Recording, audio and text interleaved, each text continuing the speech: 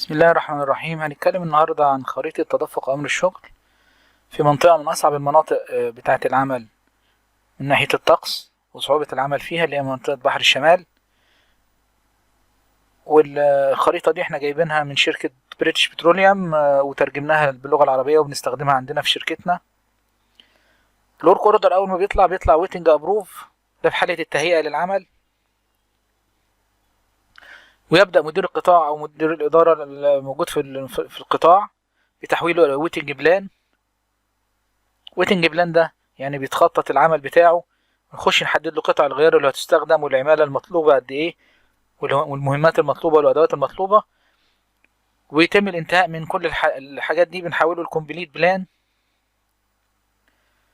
كومبليت بلان بعد كده بيبص عليه مدير العمل المساعد أو مدير القطاع، يعمل بيهم سيرش ويحولهم من الحالة ابروفد في حالة الموافقة على تنفيذهم. ولو تم تغيير الحالة إلى ابروفد بيقوم الماكسيمو بحجز اوتوماتيكي لقطع الغيار المطلوبة من المخزن. يعني لو مطلوب مثلا بلف او مطلوب شافت، بيحجز واحد من، لو احنا طالبين واحد بيحجز واحد من الكمية الموجودة في المخزن، بدل ما هي 8 بتبقى 7، وبيحجز واحد بالورك اوردر ده. فنكون حريصين عند استخدام ابروفد لو الورك اوردر فيه قطع غيار اللي احنا هنستخدمها فعلا في خلال اسبوع على الاقل، عشان ما نعطلش الشغل على باقي القطاعات.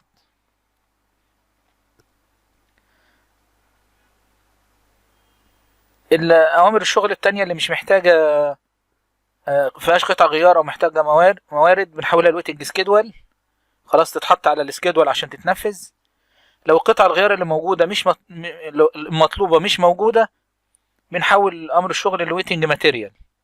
يبقى ما عارفين إن الورك أوردر ده جاهز من كل حاجة، العمالة وجاهز من كل حاجة، ما عدا بس الإيه، القطع الغيار اللي هتستخدم مش موجودة في المخزن حاليا، فيبقى ويتنج ماتيريال عشان نقدر نعمل حصر بيهم. لو الورك اوردر بقى ويتنج سكيدول تمام، هيتحط على اللاين، بس لقينا ان هو محتاج نعمل شت داون للمحطه كلها او للمصنع، نخليه ويتنج شت داون. لو حاجه العمل بتحتاج انك تعمل ويتنج شت داون، بتحط ويتنج شت داون وتحطه في السكيدول. لو محتاج ان هو يوقف جزء بس من المحطه، يبقى نخليه ويتنج بلاتفورم كونديشن. محتاج بس انك توقف جزء من المحطه عن العمل او سيستم كامل عن العمل. الصيانه الدوريه بتطلع الورك اوردر ويتنج سكيدول زي ما احنا قلنا من بدايه المرحله دي، بيخش على جدولة العمل على طول، عشان هو كده الورك اوردر بيبقى محطوط فيه العمالة ومحطوط فيه قطع الغيار وجاهز على كل حاجة، فبيطلع على طول ويتنج سكيدول.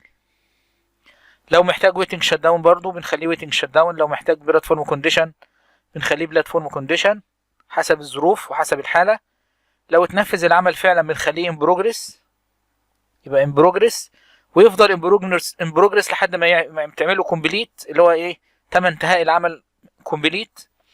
ما بنقفلش الورك اوردر ليه؟ عشان لو الماتيريال لسه ما تسوتش الحاله بتاعتها في المخازن، او المخزن محتاج يسوي بعض الحاله لبعض العناصر اللي اتصرفت، فبنسيب له فرصه قبل ما نقفل الورك اوردر. لان الورك اوردر لو اتقفل بقى كلوز، بيتنقل للسيرفر اللي اسمه هيستوري، وما بنقدرش نعمل فيه اي شغلانه تاني الا لو فتحناه بالقوه او فورسد بواسطه البرامج بتاعتنا. فكده بعد ما وصل لكومبليت وتمت تسويه الحاله تماما، يتقفل ويبقى كلوز، يتحول الحالة الى كلوز، ويتنقل للسيرفر بتاع الهيستوري اللي بتحط فيه الكلوز وبتحط فيه الكنسل برضه. الورك اوردر اللي بتتكنسل بتحط في نفس المكان. وكده يبقى شرحنا خريطة التدفق بتاع امر الشغل من اول ما الويتنج ابروف لحد ما بيتعمل له كلوز. شكرا.